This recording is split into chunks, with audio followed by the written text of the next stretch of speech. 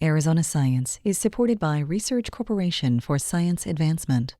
For Arizona Public Media, I'm Tim Swindle, Director of the University of Arizona Space Institute, and this is Arizona Science.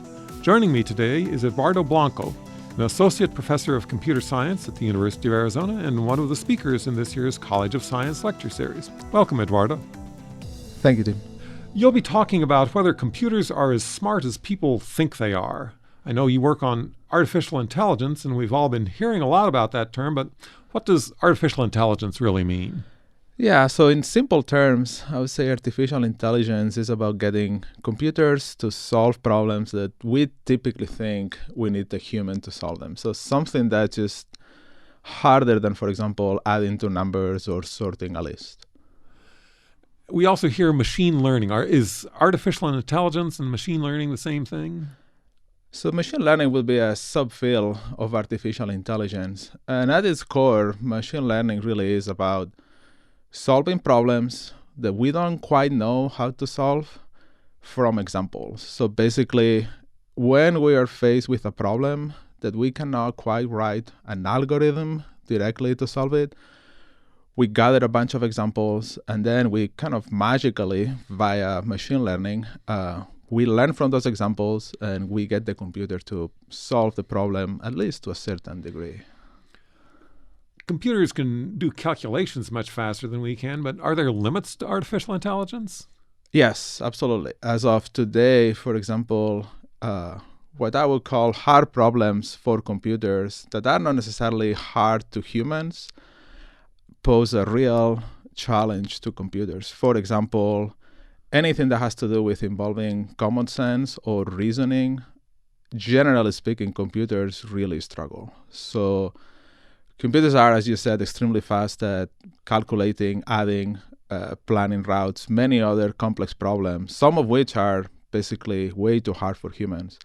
If you expect a computer to tell you whether 10 meters of, say, rubber is longer or shorter than 10 meters of plastic or iron or a rod, despite that's so obvious to us, computers are going to get kind of confused because, they might think about density and not quite get that I actually told the computer the exact length, and therefore the answer is they're both equally long, right? So trick questions are hard. I wouldn't say, I guess trick questions perhaps, but also questions or problems that require the kind of knowledge that we humans acquire in our everyday life without even perhaps noticing. Computers don't have that experience. Is it a fair question to even ask whether a computer is smart? That's actually part of what I hope to convey during the talk.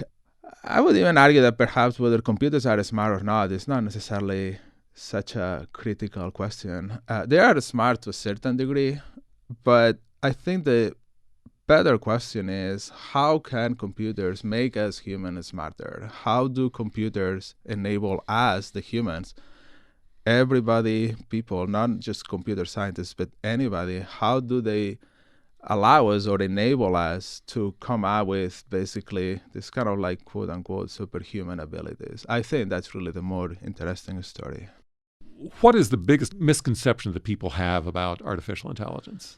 So I think an important misconception that people may not be aware of is that computers, for the most part, are capable of solving the same problems that they've been capable for since the very beginning of computers. There is nothing that a 20 or 30-year-old computer cannot run that your modern computer can run. The difference is that computers today are just faster. So basically, if you were to dust your old computer that you may have in your garage, you have to wait a tremendous amount of time to get the same answer that you will get with the modern one. But in terms of what instructions, fundamentally, what they are capable of doing at the most basic level, it is exactly the same that they've always been able to. Thank you for talking with us, Eduardo. Of course. Thank you. Thank you very much, Tim. This is Tim Swindle, and you have been listening to Arizona Science. Our guest today has been Eduardo Blanco, an expert on artificial intelligence and next week's speaker in the University of Arizona College of Science lecture series. Eduardo's lecture will be at 7 p.m. next Wednesday at Centennial Hall on the University of Arizona campus. You can also listen to this and other Arizona Science segments by going to the Arizona Public Media website at azpm.org.